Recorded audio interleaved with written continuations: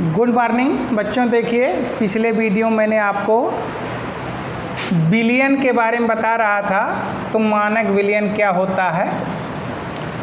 तो आपको बताया गया था मानक बिलियन वो बिलियन होता है जिसकी सांता मुझे सही ज्ञात होती है। फिर मैंने आपको पिछले वीडियो में बताया था मानक बिलियनों की सांता हम कैसे प्रदर्शित करते हैं।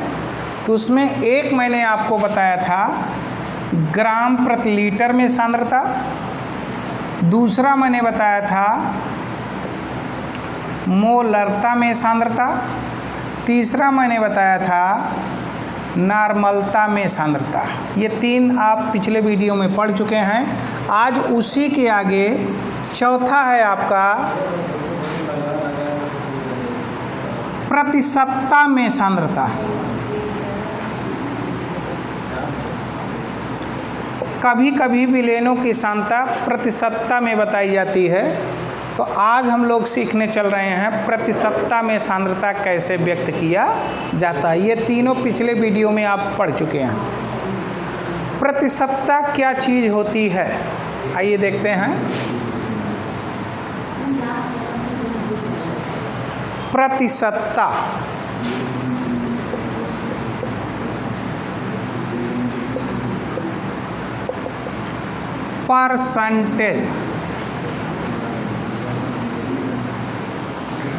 परसेंटेज ज़्यादातर तो आप लोग परसेंटेज केवल एक भाषा में जानते होंगे। परसेंटेज यहाँ पर तीन प्रकार से होता है। एक होता है W/W परसेंटेज, एक होता है V/V परसेंटेज, एक होता है W/V परसेंटेज। इसको कहते हैं भार प्रतिशतता, इसको कहते हैं आयतन प्रतिशतता, इसको कहते हैं भार आयतन प्रतिशतता। भार प्रतिशतता, दूसरा है आयतन प्रतिशतता, तीसरा है भार आयतन प्रतिशतता।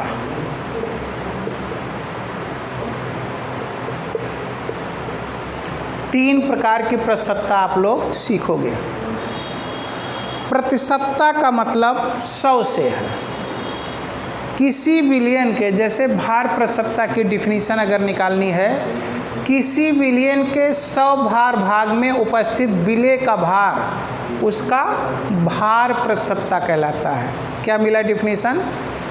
किसी बिलियन के 100 भार भाग में उपस्थित विलेय का भार उसका भार प्रतिशतता कहलाता है।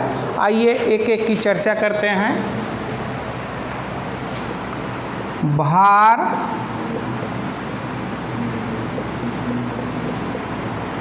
प्रतिशतता बराबर होगा, डिफिनीशन क्लियर हुई, 100 भार भाग बिलियन में उपस्थित विलेय का भार उसका भार प्रतिशतता कहलाता है।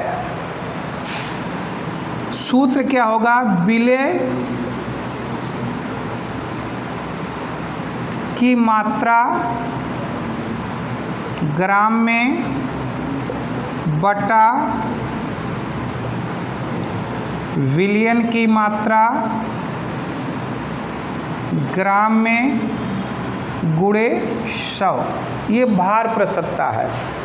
यानी कि 100 ग्राम आपका बिलियन हो तो उसमें जितने ग्राम विलेय का होगा वही ग्राम में विलेय की मात्रा उसकी भार प्रतिशतता कहलाती है। जैसे 10% W/W का क्या अर्थ है? इसका अर्थ है कि 100 ग्राम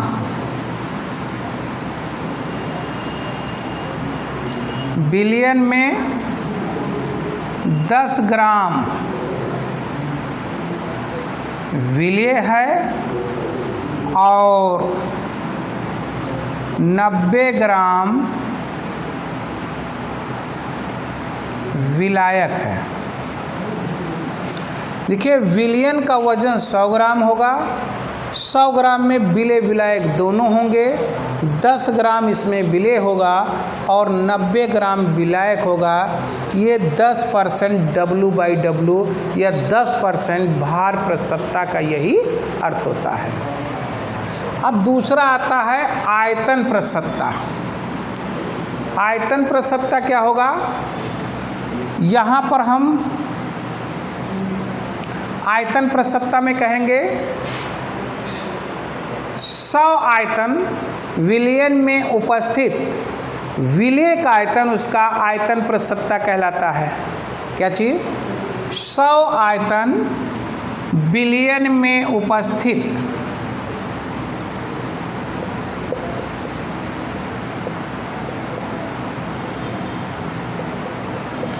आयतन प्रतिशतता बराबर होगा विलेय का आयतन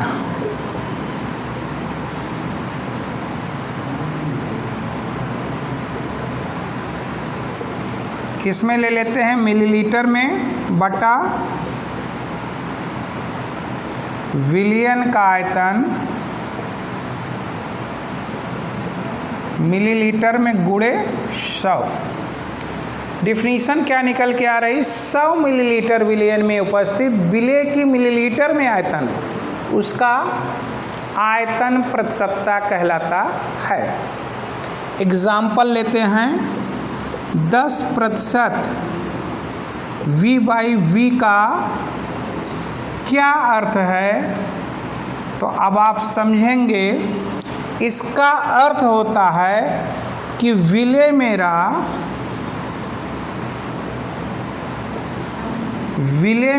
10 ml है,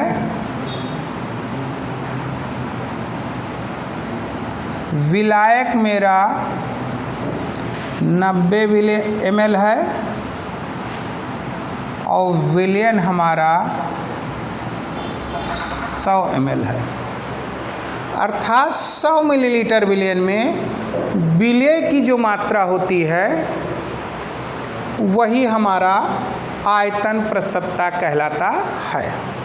तो 10% V/V का अर्थ है 10 ml विलेय है, 90 ml विलायक है और 100 ml दोनों को मिला करके 100 ml विलयन तैयार होता है। अब तीसरा मेरा आता है भार आयतन प्रतिशतता। भार आयतन प्रतिशतता में क्या होगा?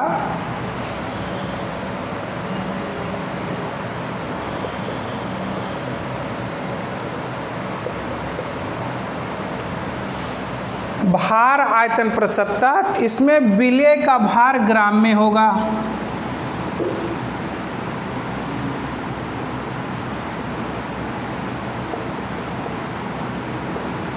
विलयन का आयतन मिलीलीटर में होगा।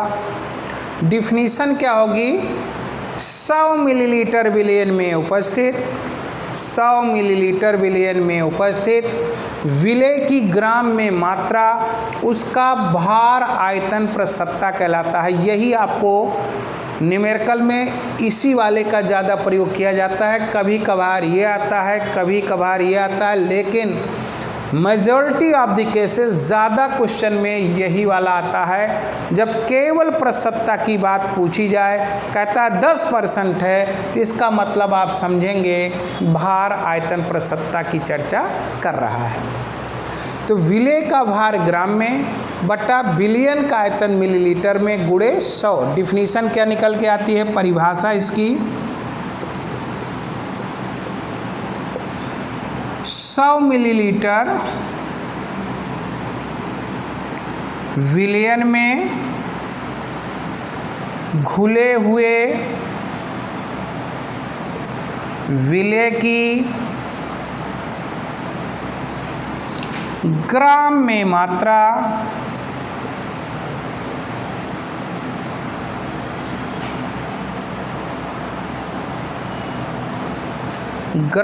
मात्रा विलयन की सांद्रता भार आयतन प्रतिशतता कहलाता है। 100 मिलीलीटर विलयन में घुले हुए विलेय की ग्राम में मात्रा उसका भार आयतन प्रसत्ता कहलाता है। इसको लिखें तो सही, न लिखें प्रसत्ता कहलाता। ठीक है, ये डिफिनीशन मिला, ये फार्मूला मिला। अब आइए देखिए, जैसे कह रहा है 10% W/V का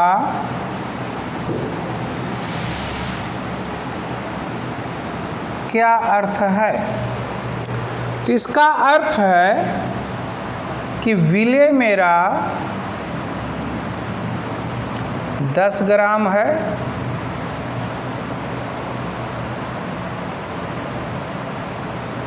विलयन हमारा 100 ml है, विलायक भी हमारा 100 ml ही होगा। आयतन की जब चर्चा की जाएगी तो विलायक का आयतन लिया गया है और वही विलायक के आयतन में विलयन बना हुआ है, तो यहाँ पर ये दोनों एक सेम होंगे और विलेय हमारा 10 ग्राम होगा। तो जिन प्रश्नों में भार आयतन प्रसत्ता दिया जाता है उसमें विलेय विलायक विलयन का आयतन कैसे ज्ञात करेंगे, जिसमें भार प्रसत्ता आयतन प्रसत्ता दिया जाता है उसमें कैसे ज्ञात करेंगे, इसको आप न्यूमेरिकल हल करते समय इसको समझने का प्रयास करेंगे। अब आपका 5वां टॉपिक आता है, 4 हो चुके हैं। 5वां आता है फॉर्मलता में सांद्रता।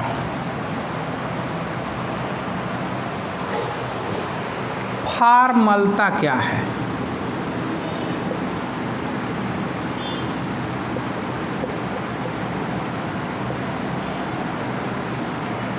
देखिए,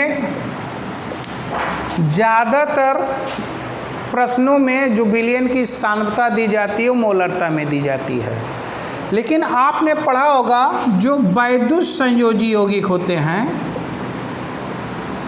वैद्युत संयोजी यौगिक जैसे आपका NaCl, हम आम भाषा में इसको नमक का अणु बोलते हैं, लेकिन ये गलत है। नमक का ये अणुसूत्र हम नहीं कह सकते हैं, कब? जब हम इसके और बारीकी से चर्चा करते हैं तब। क्यों नहीं कहते हैं?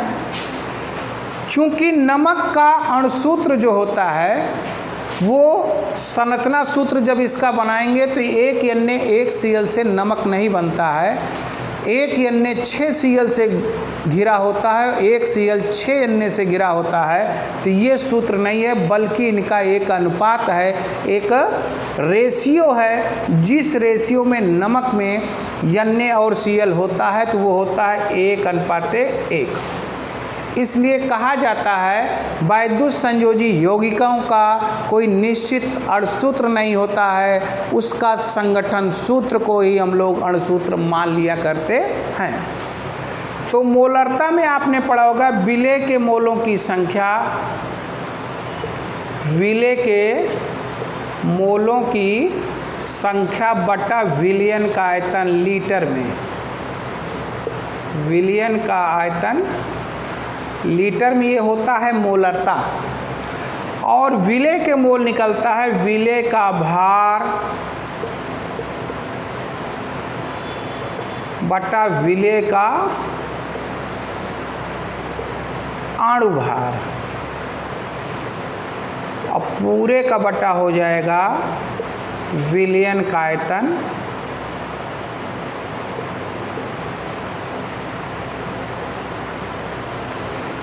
देखिए, विलेय का भार बटा विलेय का अणुभार। वैद्युत संयोजी यौगिक का अणुसूत्र होता नहीं, तो इसलिए इसका अणुभार हम लोग नहीं ज्ञात करते हैं। जब अणुभार नहीं होगा तो हम वैद्युत संयोजी यौगिकों की सांद्रता को मोलरता में व्यक्त नहीं कर सकते, क्योंकि मोलरता के लिए विलेय का अणुभार चाहिए। तो हम लोग वैद्युत संयोजी यौगिक का करते क्या है, विलेय का भार ग्राम में बटा विलेय का अणुभार की जगह विलेय का सूत्र भार, जिस संगठन में जो इसका सूत्र होता है ये सूत्र भार हो जाएगा और विलियन का आयतन लीटर में हो जाएगा। तो इसी बात को मोलरता न कह के हम लोग फार्मलता कहते हैं।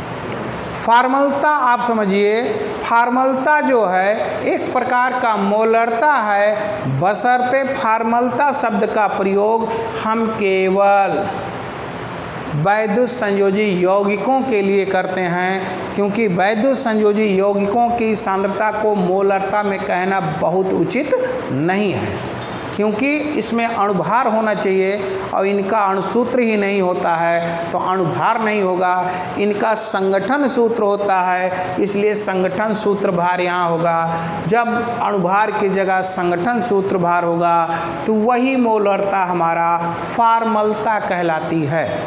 इसका मतलब हुआ फार्मलता में सांद्रता केवल सिर्फ केवल वैद्युत संयोजी यौगिकों के लिए प्रयोग किया जाता है। अब आपका छठवां टॉपिक आता है मोल प्रभाज।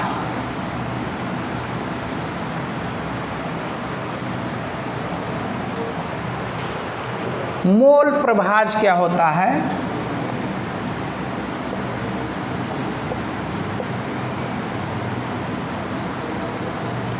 इंग्लिश में कहा जाता है मोल फ्रैक्शन। मोल प्रभाज क्या है? मोलों के अनुपात को मोल प्रभाज कहा जाता है। क्या है? मोलों के अनुपात को मोल प्रभाज कहा जाता है।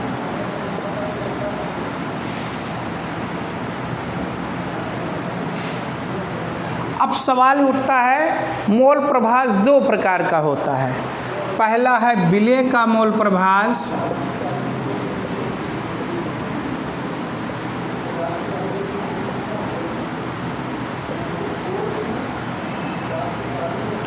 विलेय का मोल प्रभाज क्या होता है? विलेय के मोलों की संख्या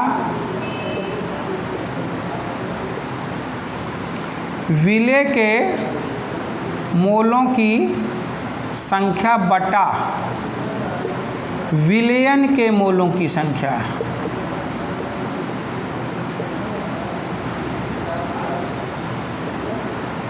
विलयन का मतलब विलेय और विलायक दोनों, तो लिख सकते हैं विलेय के मोलों की संख्या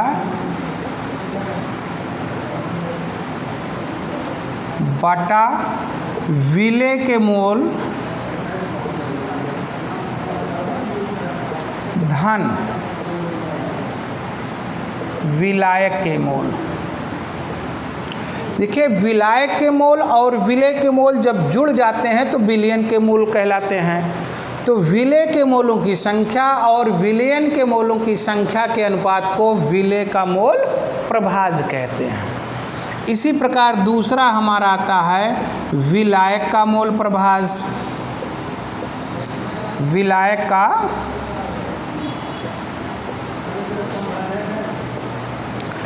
तो यहाँ पर नीचे वाला फैक्टर वही रहेगा, ऊपर बदल जाता। जहाँ लिखते थे विलेय के मोलों की संख्या, वहाँ अब लिखेंगे विलायक के मोलों की संख्या बटा विलयन के मोलों की संख्या